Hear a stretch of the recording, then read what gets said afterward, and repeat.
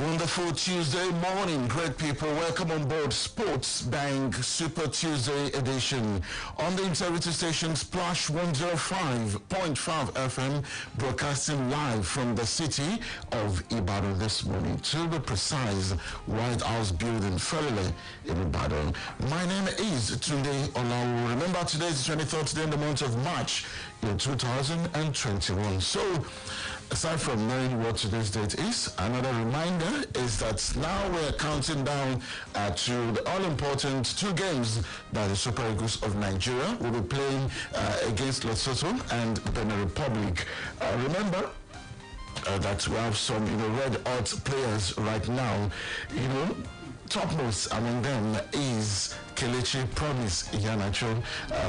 Well, we will do well to at least give us 2 goals, maybe 2 goals apiece in those games, and then we'll be home and dry. Okay, good morning, great people. Welcome on board. This is Sports Bank. From now till 8 o'clock, it will be a wonderful time as we give you the best and the latest in the world of sport. A quick reminder that the Super Eagles are expected to have a full complement of invited players when they begin their first full training session today. The team is currently camped at Eko Hotels, where the first set of players have been working out at the gymnasium. The first players to arrive at the hotel are England-based William Troost-Ekong, Semi Ajayi Olaino, and Captain Ahmed Musa. Yesterday, Turkey-based Francis Oyekuru and Ogene Kari joined their mates, while Alex Iwobi, Victor Osimhen, Tyrone Eboyi, Maduka Okoye, Jamie Collins, Leon Balogun, Joe Aribo, Paul Onuachu, Shehu Abdullahi, and Chigozie Awazim joined the team. They joined the team actually late last night. The home-based trio of John Noble, Anayo Iwala, and Adekunle Adeleke also joined the team yesterday. Noble and Iwala were in Eyimba's team that faced Sunshine Stars Wakure in an NPFL game yesterday at the Agege Stadium. According to Super Eagles media officer Femi Raji, the early arrivals had a light training session by 10 o'clock yesterday before joining the rest of the contingent for lunch. Raji disclosed that 90% of the invited players are expected to participate in today's morning and evening sessions at the Teslim Balogun Stadium. Meanwhile, several obscure France-based stars who were previously in danger of missing the qualifier against the Super Eagles have landed in Cotonou, with officials disclosing the country's final squad for Saturday's clash will be made public later.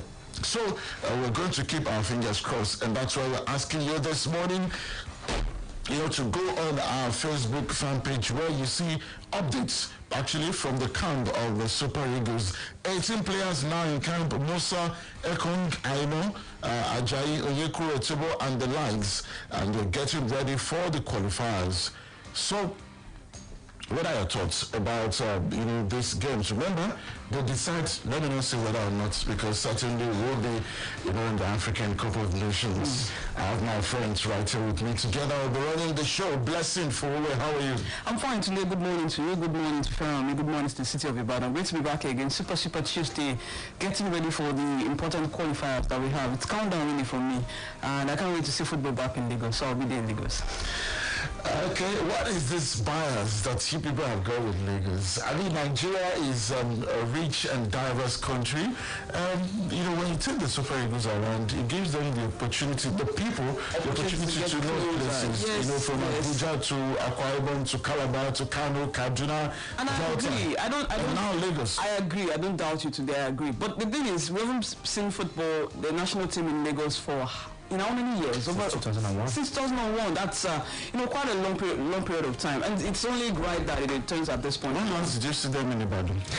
I can't remember that.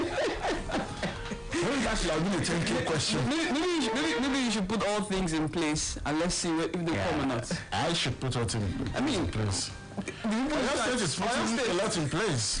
Yeah, look at the remote capacity, the remodeling going on. Capacity of that place is very important to me. The EGS Training Stadium for national football is not really bigger than Adamasimba. It's not really about the size. 12,000 is a lot. It's a lot indeed, but for a competitive game, a FIFA game, there are requirements. And I'm saying that size is still relatively okay if other things are on ground. Well, I'm not doubting anyway. We hope to see a day when the national team will be back in. I'm not convinced about this. Maybe we get serious with the Obafemi Awolowo Stadium, Liberty Stadium. Maybe we get serious with that, and then we can be talking about the national team. Should I ask Tunde that the last time you spoke to him? Oh, he said they were in it. In fact, what he was saying then was that they had a partnership. That they had a partnership, that agreed partnership, public-private partnership, and all of those things. But hey, we are still waiting. Timeline. I mean, indeed, I agree with you, Tunde. I agree with you. Okay, yeah, good morning to you today. Good morning to Blessing. Good morning to the city of Ibadan. Always a pleasure to be back here to talk sports. I mean, for me, it doesn't really matter where the Super Eagles plays, as long as there is results actually comes in. Doesn't really matter. But I understand. You know what it means if you bring them home. If you bring them to Ibadan here. Definitely, I understand. The effect is going to have on the economy generally. Definitely, it's going to have a huge hospitality, of course. Even the journalists based in Ibadan, there's a way you add some parts to the show that make them feel because we are the ones hosting. Definitely. You know, like one Blessing is hustling for accreditation. Sometimes I'm trying to get tagged. I understand what Blessing go through. Definitely. I understand that as well, but then I think it's just a gradual process. I think we've actually started in the right direction right here in Ibadan by actually starting with this particular structure that we are putting in place now.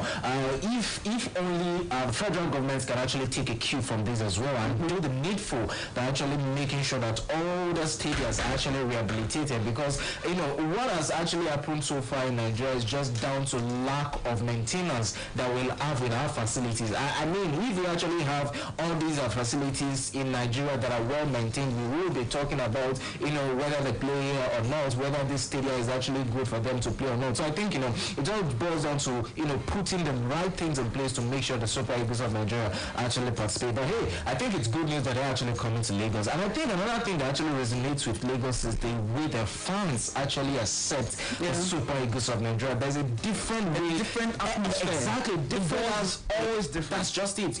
It's quite different from other sports. Both the good and the bad side. Yeah, definitely. Because if they do lose, even if you don't lose, if you're getting dominated, in terms of ball possession, and the scoreline, they turn on you. Even if the scoreline is in your favor, but what is it about negotiations and they're passionate. They're passionate about their sport. They're passionate about their sport. They're passionate about their team. So it means that when you're playing in front of negotiations, playing in front of that mammoth crowd, you have to come with your best, come with your A game. Else, I was listening to an interview Sunday Serenda a couple of days ago, and he alluded to the fact that even in Lagos, when they were winning, but the moment when they were getting dominated by the opponents, the crowd turned on them, and that for them was a huge statement that they wanted more goals. They wanted you. It wasn't just about the scores. Give us your performance and make it good. So I just hope that the boys now that we have in camp will go all the way, try to do something great. And you were talking about our players being in form. Somebody like Kelechi Iheanacho, who is in form. I hope that we bring that form to the national team, because it's very, very important, because he hasn't been doing well with the national team of late. But I hope that confidence that has returned for him will be getting to the national team. I'm also looking at the angle where the players have to travel by water. I'm actually the NFL president said, look, there is no big deal about this. It's different. Trying to test run the waterways and all that. But then I think it is what it is. I just want to keep those guys safe. Exactly. Somehow I feel it shouldn't have been reported. Pre-reported. There's no big deal there. There's no big deal actually. About the pre-reporting, I do not think the question is about safety. I mean, I'm not talking about safety on water. Many of those guys go in yacht outside of I'm talking about other factors. Remember the security issues that we have. There's really no chance for you to maneuver if there's any form of attack. Of course. I believe, let's not think about it. Except for maybe you're going to carry it somewhere from the Bayelsa side. Let's not think about that. I believe if they're going to be doing something like this, they should make sure that security is actually put in place, and safety of the players and officials definitely also put in place. Okay, we will return to talk about about the players and the readiness of the team generally for these games, both away and of course the second one at home. Quickly, outside of football right now, talking about motorsports, McLaren have signed 13-year-old American. Let me tell you why this is important. His name is Kata Ugochukwu, to a long-time deal to support his development through motorsports junior categories. Ugochukwu has won a host of titles since he began karting in 2013, and last year won the FIA OKJ European Championship, as well as providing support for his career. McLaren have signed other things included in the package. He has already competed in both the United States and Europe and is currently in the OK senior class of karting. Like I said earlier, now you know why he's important, even though he's American. But his name is Ugochukwu. Doesn't sound like an American name. Like Toba would say. He's American. And on tennis, Ivan Martin, the portrait, is to undergo another knee operation in a bid to play at the Olympics for Argentina. The former US Open champion has not played competitive tennis since fracturing his kneecap at Queen's Club in 2019. The portrait has undergone 3 knee operations since then and lost his father at the age of 63 back in January. He's currently in Chicago and is set to go under the knife today with the hope of recovering in time for the Tokyo Olympics. Meanwhile, Nigeria's preparations for the Tokyo 2020 Olympic Games have been given a major boost by the Edo State Governor, Godwin Obaseki, who has adopted quarter miler Olupe Orayukan. The governor made a final financial commitment for the adoption of the United Kingdom-based athlete following a meeting with Youth and Sports Development Minister Sunday Dare in Benin on Friday. Irayukan, who specializes in 400 meters and 4x400 meters relay, is one of Nigeria's current fastest quarter milers and could be the anchor for Nigeria's medal at the Olympics. The athlete is also expected to compete for Edo State at the National Sports Festival, which holds from the 2nd of April next month to the 14th. Several athletes were on the verge of being adopted through the Adopt a Talent initiative started by the Youth and Sports Ministry last year before the COVID-19 pandemic led to the shutdown of businesses and sporting activities. I don't know how successful this campaign has been in terms of adopting talents. I remember, the Honorable Minister of Youth and Sports has made this, like a kind of anchor of preparations. But, well, maybe you can blame it on COVID. But how many have we adopted? In terms of, notable adoptions. There's no specific number yet, but I do know that there are a few names who have been adopted by few private institutions. I'm not sure, but I think that this triple jumper, what's her name? I'm trying to remember her name now. I'm struggling to remember her name. She has not been fully adopted. No, she's number 1 in the game. I don't know why she's top 2 in the whole world in our sport. Her name is skipping my mind now. She shed a tear while at the African Games in Morocco when she won in our sport. I think she has been adopted. Like I said, there's no specific number, but the coronavirus could also have been a big reason why athletes have not been. But I think to an extent, it has taken off a burden, a financial burden, some sort of financial burden away from the ministry. That's why they keep pushing those athletes to get them adopted by other private firms, private individuals. So we've always talked about having private people come in and just show partnership and all of that. And this is just a little way to get that done. Edinburgh took full advantage of the unfamiliar surroundings for nominal home side Sunshine Stars who were playing in Lagos following their banishment from Accra to inflict defeat on the Owena Ways at the Agege Stadium in Lagos on Thursday. Samson on Monday. It was on Monday. Yes. So that's a mistake. Yes. Samson Obi's 55th-minute goal was enough to decide the encounter and extend Sunshine Stars' miserable run to 10 games without victory. Sunshine Stars last won a game on the 31st of January, a 3-1 victory against Enugu Rangers. Coach Fatai Osho, reacting to questions after the victory, said picking 3 points against Ogunbote was never easy. Not an easy game at all. You can't come up against Coach Ogunbote and you think the game is easy. That and it's not really an easy task. They were still able to fight despite that. And for us to get this way is quite a good one for us. I mean, looking at our position on the table too, we need to push up, and that's exactly what we try to do. We have to work a lot, off the ball to get the result, and we are quite pleased with this result. Yeah, it's a lot of hard work. I mean, it doesn't come easy. NPFL is a league that you have up to 10 teams that can win it at a time. So you have to be up and doing. I mean, we need to be getting this point on the road.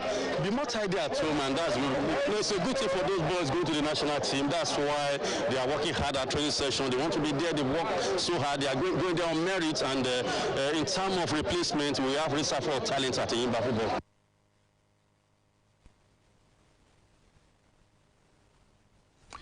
Okay, there you listen to Coach Fatah Shaw. Elsewhere in match day 17, Isaac George scored the only goal as Dakar rebounded from a 3-0 loss to Nassau United last time out with a narrow win against Plateau United in Uyo. The win, Dakara's 6th straight at home, moves them to 8th on the table on 26 points, while Plateau United are 12th on 22 points. The concluding fixture of the round saw Rangers dispatch Nassau United in Enugu with 2 early goals during the damage at the Nnamdi Azikiwe Stadium.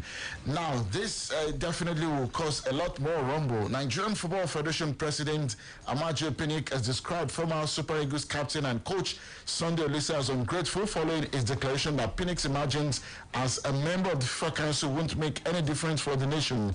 Olise said in an online program on Friday that Pinnick's emergence as a FIFA Council member is a good achievement for the NFF president and not Nigeria. Fair enough, listen to this. As an individual, and I'm quoting Olise here, I think it is great for President Amaje Pinnick that he has gotten that vote into the council. I think it is very good for him, but as a nation, Nigeria does not make any difference. I'm a member of the FIFA Technical Committee for 8 years. We as the Technical Committee propose changes from the technical side of football, of how football should be developed, but at the end of the day, everything proposed has to be sanctioned by the executive group. Do you think Olise is probably still angry about the manner of his exit? I just think that's just a simple explanation to it all, because I don't know, when you're saying, you should be grateful or something, I don't really understand. This is just a spillover of what actually happened when he was actually in charge of the Super Eagles of Nigeria, and it actually brought the question, how come the African Gadilla is actually in this kind of situation with the... Who called him African Gadilla? I mean, that shows that they had a very cordial relationship at that point in time. So what actually really happened between them at that point in time? So I think, it's just, the issue they are having between themselves. That is why it is actually bringing up this kind of talks at this point in time. So I think we shouldn't actually take them serious at this point in time, so they won't cause more distractions for the Super Eagles of Nigeria. So we're not going to draw too much in it. But for Sunday Olise, he needs to tone things down a little. As a player, his exits from the national team was also unceremonious. Yes, because of. And then as a manager, his anger at that point was legitimate, justified. But then again, as a manager, I don't know. He also brought that on board as a manager. Yes, again, as a manager, you should approach things differently. But he didn't. He didn't, and let's hope that he will still one day fulfill, that aspiration of matching. With the great in terms of coaching. Guardiola, the name is still there. Okay, Didier Deschamps believes Ousmane Dembele can still become a more consistent contributor after recalling the forward for the start of France's World Cup qualifying campaign. Zlatan Ibrahimovic shed a few tears of pride as he discussed his upcoming return to Sweden's national team for the World Cup qualifiers after a 5-year absence. If Ibrahimovic at 39 can come back into the team, as you know, reason while Ojeni Gallo sometimes in the future, can still come back into the Super Eagles fold. Striker Romelu Lukaku will join up with the Belgium squad after testing negative for COVID-19 following an outbreak at his club Inter Milan. Meanwhile, Xabi Alonso has had an offer to take over as Borussia Mönchengladbach's new manager, but the decision has not yet been made, says Spanish football expert William Boag. Well, the Super Eagles of Nigeria getting set. Remember earlier we were talking about the role that the fans, get to play, especially if you find yourself somewhere in Lagos, around Surulere. Whether it's at the old National Stadium or it's at the Testing Stadium, the feeling is always the same. Maybe we should catch this small vibe of what the fans bring. For your listening pleasure, this was actually recorded live. I recorded this live, say some 10 years ago. Maybe I'll record another this weekend. Well, this is vintage.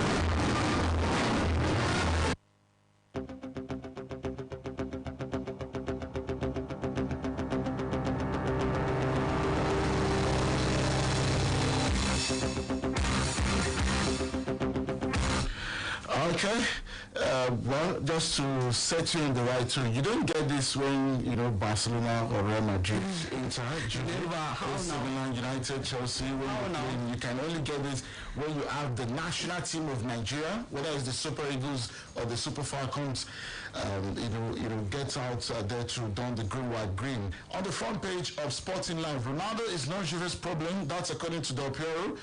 Okay, Osimhen explains aggression towards Roma star. Battle against Benin Republic, Lesotho. Onachu swears list to 18 team to train at Teslim Balogun Stadium at 4:30 p.m. today. Quickly, before we leave, let's take the BBC Premier League update. To be back. Enjoy this. BBC Premier League update from the home of Premier League football.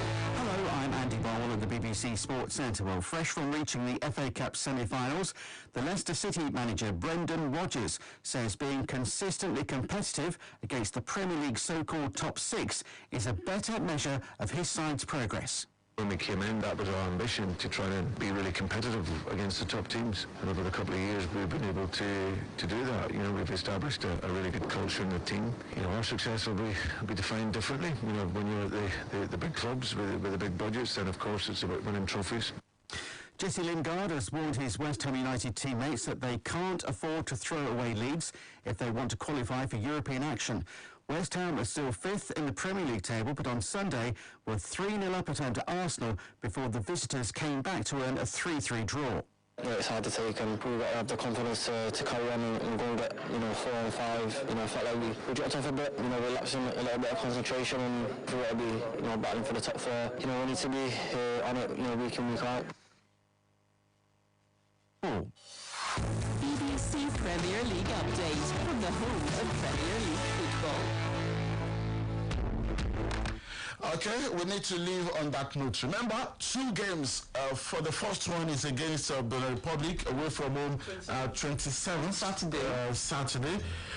Don't worry about the route they are taking. What matters is the points they take back. And then it's just going to be said. Remember, they need just 1 point from 2 games. So win that one, so that the second one at home is just going to be a party. Exactly. Fair on your final take. Hopefully they actually do the needful. This time around, like I said, there is no excuse. Get a 3 point and get it done. Thank you so much for having me. Hopefully one of these own best players get an opportunity. Hopefully, and even if you play 5-5, as long as we get 1 point. Don't play 5-5. Okay? That's where it starts. After we play 4-4 with Sierra Leone, so... And that's why we're angry. Do have a great Tuesday. This morning we worked alongside Bolu and Benga. Thank you. Have a wonderful, wonderful Tuesday. Second half of Sports Bank will be right here at 6:30 later this evening. Bye-bye. Splash FM 105.5.